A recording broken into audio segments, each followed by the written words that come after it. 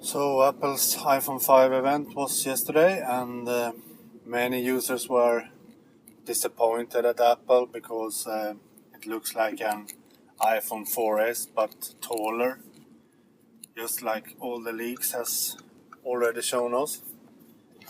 And I think the hardware looks great, but I'm very disappointed at iOS 6. The hardware is almost perfected by Apple. The iPhone can't be better hardware-wise, but iOS 6 starts to be very boring. Nothing new, really. The only new in iOS 6 is that Apple are in war with Google and removes all Google features. That's the only new thing in iOS 6. And I think that's really boring. Apple maybe are losing it now. No one can complain about the hardware because the hardware is incredible.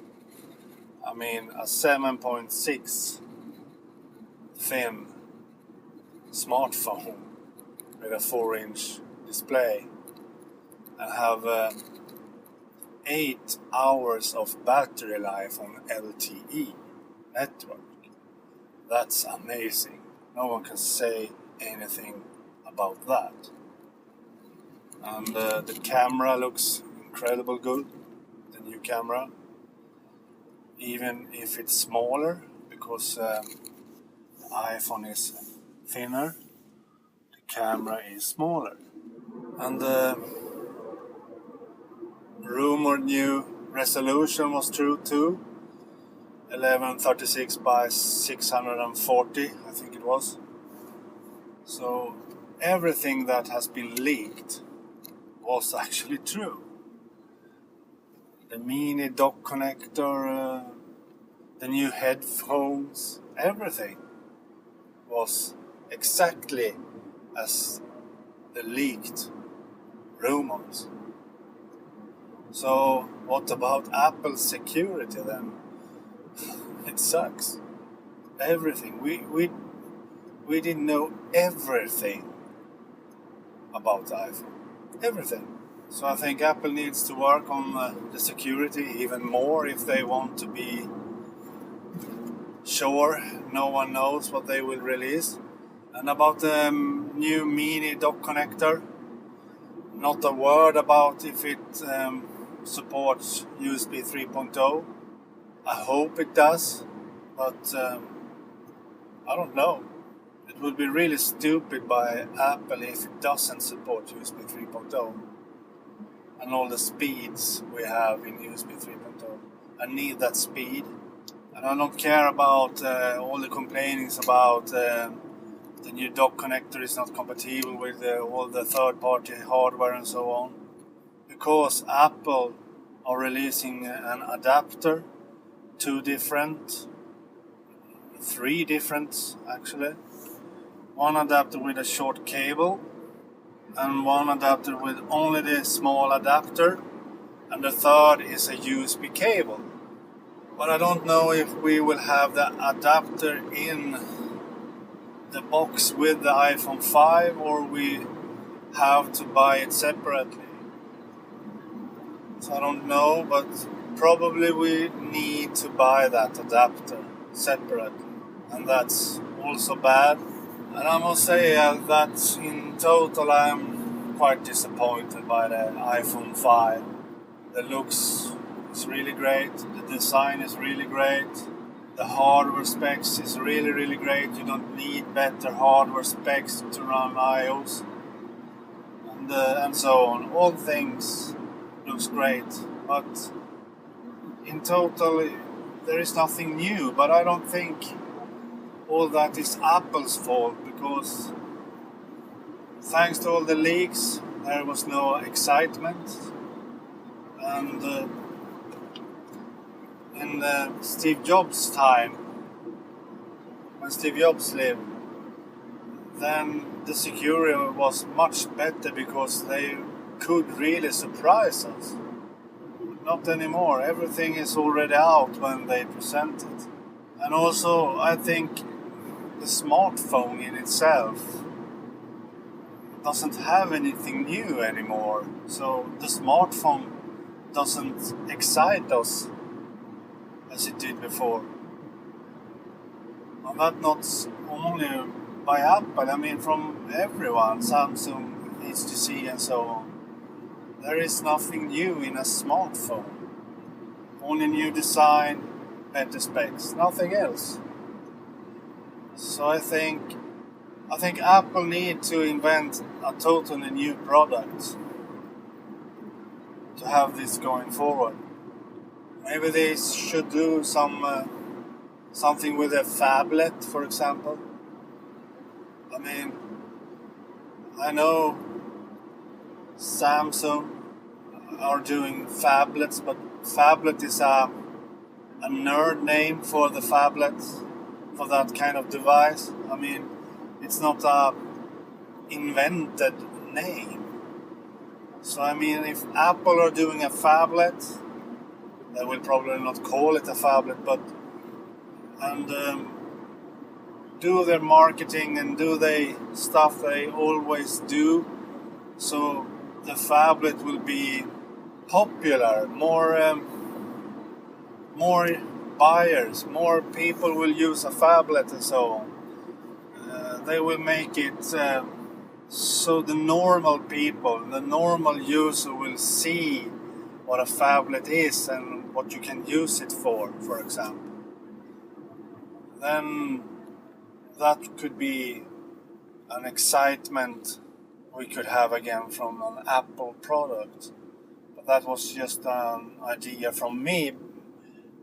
Hopefully Apple could work on a totally new product that no one of us can think of at all.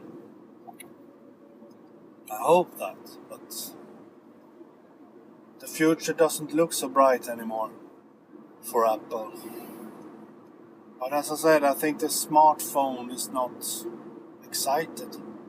There is no excitement anymore with a smartphone. So I don't think we will be excited about the next Nexus phone either, because it will only be new design, new updated specs, nothing else, running Jelly Bean. So no excitement there either. I will of course buy the new iPhone 5, I think. Not because I need it, because I think I'm happy with my iPhone 4S, but I will buy it because my son needs a new phone, so he will get my iPhone 4S and I will buy the iPhone 5 for me. Not because I need it, definitely not. I think I rather would like to have my iPhone 4S still and wait and buy, for example, the next Nexus phone to try Android. But I will buy the iPhone 5 because my son needs a phone at the moment. And I could also buy the Nexus 7 tablet because I want to try out Android. I think I will buy that instead of the iPad mini that is rumored to be released. I don't think Apple will do an iPad mini, but so quite disappointed, but here we are. A new iPhone 5 is presented. The new iPhone 5 is growing on me. The more I read about it, the more pictures I see of it, more videos I see of it, it grows on me. It gets better and better actually. The design is completed. It's the perfect smartphone. Only Ives have done a really great research before the change of the design and size. I think it will be perfect for reading in newsreader apps like Reader, Flipboard, Feedly and so on. Sight. It will be great for reading, really great to read in portrait mode. And I always read in portrait mode, always. And I think this is the perfectly designed smartphone. Something is not great though, if you buy it here in Sweden. For example, LTE will not work in Sweden. really terrible. They say that Telia Sonera is working on fixing an LTE network that will work sometime in 2013. Before that, we need to use DC HD SPA, I think it's called, and it has a theoretical speed at up to 40 megabit per second, and that's fast enough for me, but how fast is it in practical? I mean in reality, how fast is this network? I mean, I don't want to have such slow speeds as I have on 3G now when buying an iPhone 5. And I don't want to wait till 2013 to have LTE speeds, because then it's almost time to buy the next iPhone. This is terrible. And some features in iOS 6 is not working here in Sweden either. Siri, as usual, will not work in Sweden more than it do now. So all the new Siri features will not work in Sweden. Terrible. And we will probably not have so great maps here in Sweden either. I don't think we have 3G maps. I don't think so. At least not in smaller cities where I live. So this is not good. Really not good. But as I said, the hardware is complete. The iPhone 5 is so beautiful. And the specs and everything is perfect to run iOS 6. And I mean, battery life 8 hours on LTE. I mean, what battery life will we have in Sweden without LTE? It must be really great. And The Verge says that the phone is very light, much lighter than the iPhone 4S. So the weight is much lighter, and the phone is so thin, so it feels really great in your hand. And the new camera with all the video stabilizations and so on will be much better for me when doing these car vlogs.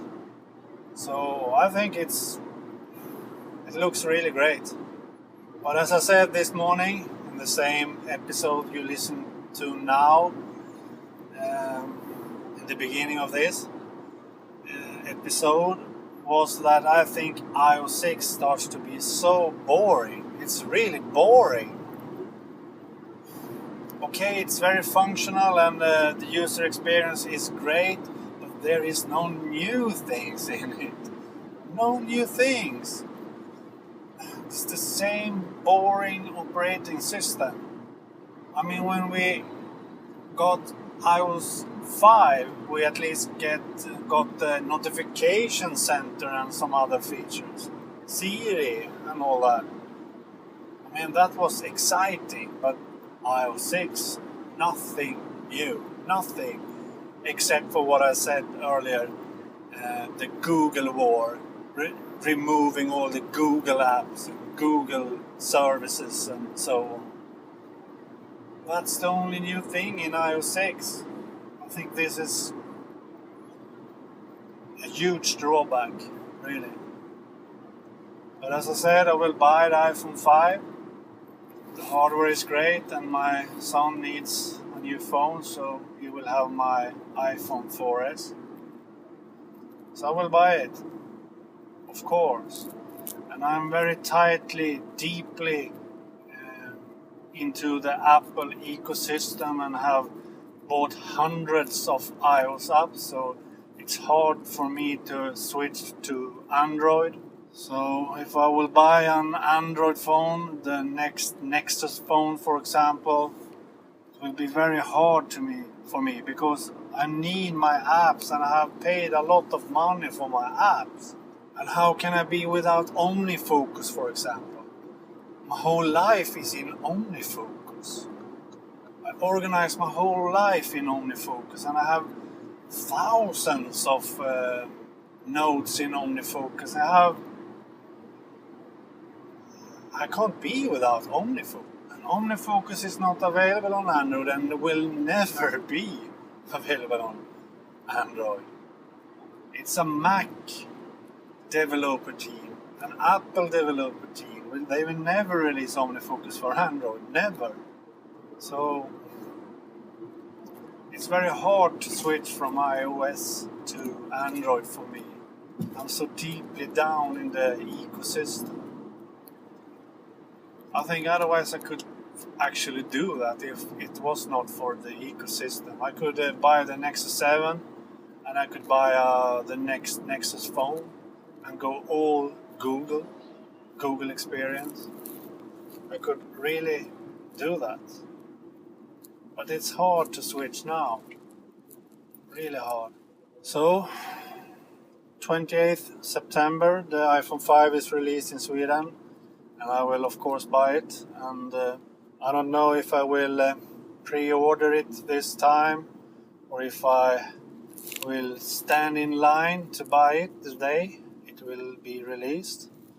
And I will buy the 32GB version. Maybe I can go down to 16GB actually, because I don't use much storage anymore. I have everything in the cloud. Music I don't use local on the iPhone at all. And photos get uploaded to iCloud, an instant upload, and so on. So I don't need to store anything on my iPhone. I need to have storage for my apps though. But I have a lot of apps that I can uninstall, so I don't need so much storage. And I will actually try doing that this weekend. Uninstall all the apps I don't need and see how much storage space I have on my iPhone. If I can go below 16GB, maybe I will buy the 16GB iPhone 5 instead of the 32 gigs. Because I don't need storage actually. I need storage for my car vlogs though. And they take up around 2GB every day.